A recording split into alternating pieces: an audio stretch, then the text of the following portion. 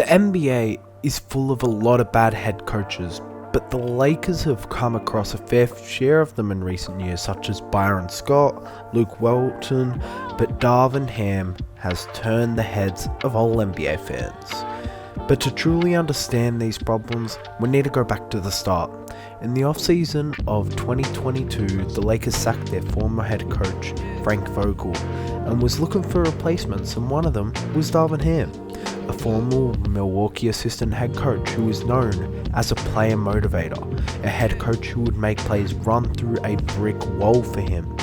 So the Lakers signed Darvin Ham to a 4-year deal, and the 2022-2023 NBA season commenced, as Darvin took the task of trying to solve the Russell Westbrook experiment, as the Lakers traded for Russ in the previous year, which resulted in being the worst year in the LeBron era, even in franchise history, as the Lakers finished one game out of the play-in with a record of 33-49. So Darvin started the year with this roster, and significant improvement was noticeable, as the Lakers played with effort and passion, and for Darvin it was looking upwards, but they still had one problem: Russell Westbrook. Russell Westbrook, he was a turnover machine, and his lack of three-point shooting did not work with Anthony Davis and LeBron. So Darvin Ham convinced Russell Westbrook to come off the bench, and they were able to reach a record of 25-30 at the trade deadline, getting them the 13th seed in the West.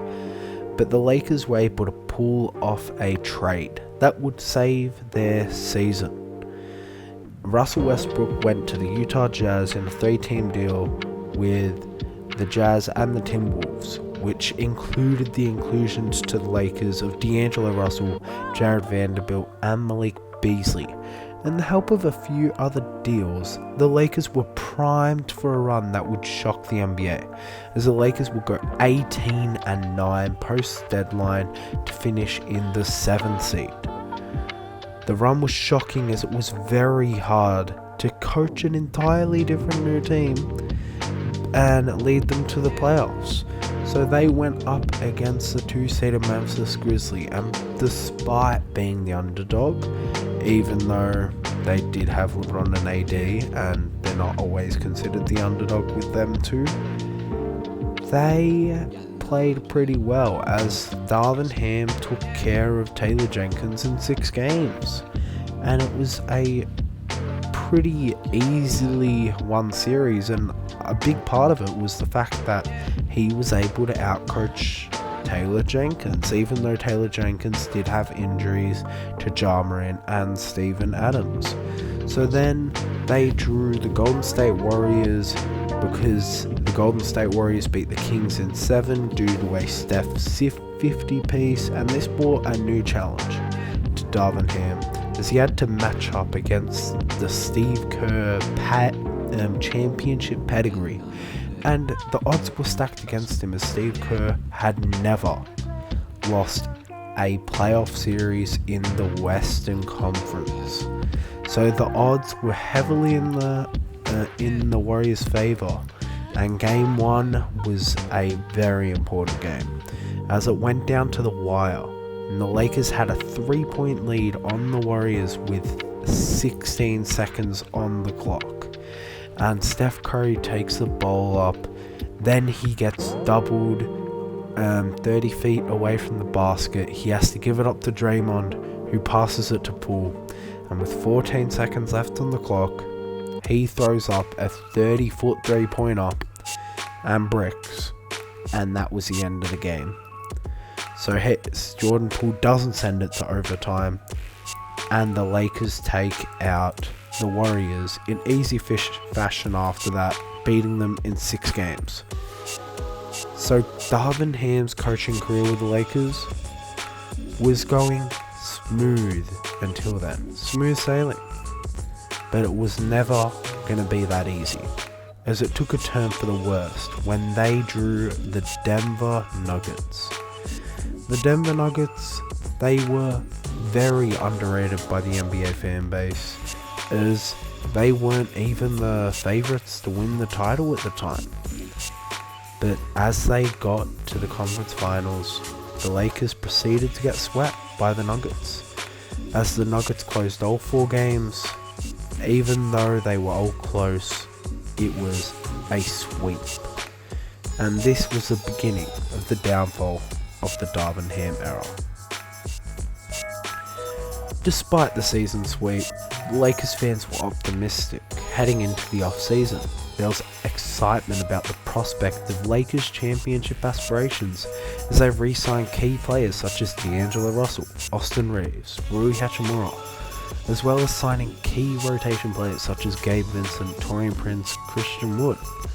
Going into the new season, high expectations were set due to the post-trade deadline run of the previous season and due to the new personnel changes. But things wouldn't go to an ideal start as the Lakers would start 3-5 before the Lakers would start and change the starting lineup, as Cam Reddish came in for Austin Reeves due to the lack of defense in Darvin's backcourt, which worked as first as the Lakers won the inaugural in-season tournament against the Pacers, where AD would throw down a 40-20 stat line.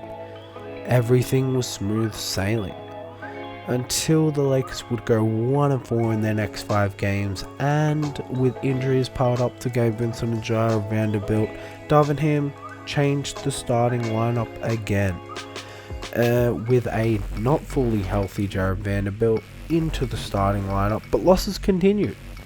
They continued. The lack of continuity was a problem, and the Lakers went 2-2 in their next 4, and then again Austin Reeves comes into the lineup for Vanderbilt, and guess what happens? Next 5 games, 2-3, and guess what happened? You guessed it, another change in the starting lineup, and then D'Angelo Russell gets put back in the starting lineup for Cam Reddish. So the same starting lineup that started the year was back.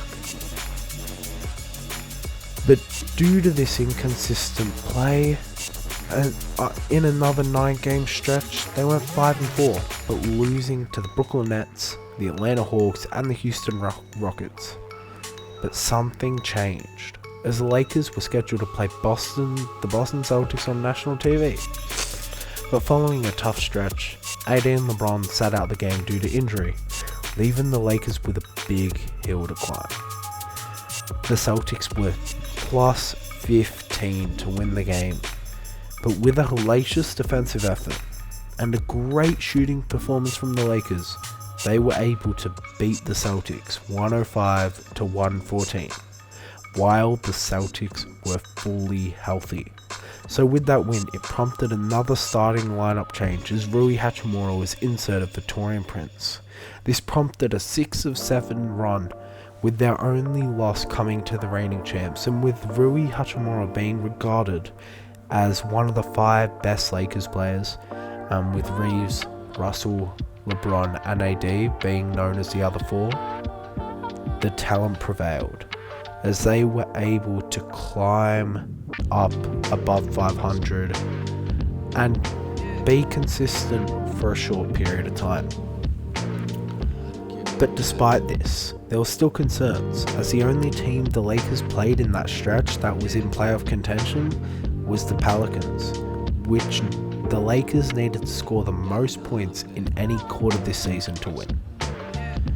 The Lakers needed a big win, as they were 3.5 games back from the 6th seed, but were sitting in the 9th seed.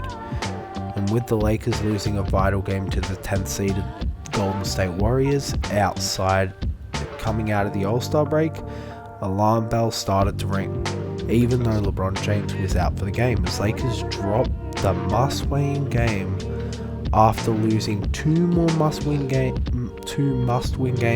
later on. But there was still hope as the Lakers racked up wins against Clippers, Wizards and Thunder. But one game was truly a must-win, which was the Kings game on March the 7th, as the Kings were 2-0 up in the season series and were a game and a half up on the 9th seed Lakers. So securing a win would be vital, to try to set up a game in a week's time where the tiebreaker would be decided. But that wouldn't be the case. Darvin started the game with his 5 usual starters in LeBron, AD, Rui, Reeves and D'Lo, and the game started really well. Lakers got off to a hot start and they took a 18-point lead late in the first quarter, holding De'Aaron Fox to 0 points in the first 9 minutes of the game. Entering the second quarter, the Kings got hot, and it did not result well as they went on a 44-20 run, sparked by Malik Monk, De'Aaron Fox, and Davion Mitchell, as the Kings used their guard speed to penetrate the paint, using those driving lanes to create space and hit shots. But how did Darvin counter? Darvin lets them go on a 22-9 run to run up the lead to 15 points by halftime, and the game was over, as the Kings continued their hot shooting and the Lakers could only get it down to 10 points by the end of the game. And with fired Darvin chants in the crowd, is it finally time to pull the trigger, as this loss puts the Lakers at 34-30 while being the 10th seed and a game and a half out of the 8th seed, which is the upper part of the play-in, which is where they need to get. And with his crazy lineup changes, his lack of ability to notice his opposition's game plan and adapt and overcome, which all NBA teams need to be able to do, are the driving factors for Darvin Ham's departure. The fans' opinions also matter, as that's what puts butts in seats and ultimately earns a team revenue. And the players' comments and media reports on the locker room is also another factor that contributes to Darvin Ham's departure. But until the off-season, it's unlikely that Ham would depart, due to how late it is in the season and the difficulty in adjusting mid-season. So even though Darvin Ham has been a terrible coach, is there a chance that the Lakers could still win a championship this year? Well, I have a video on why they can't right here.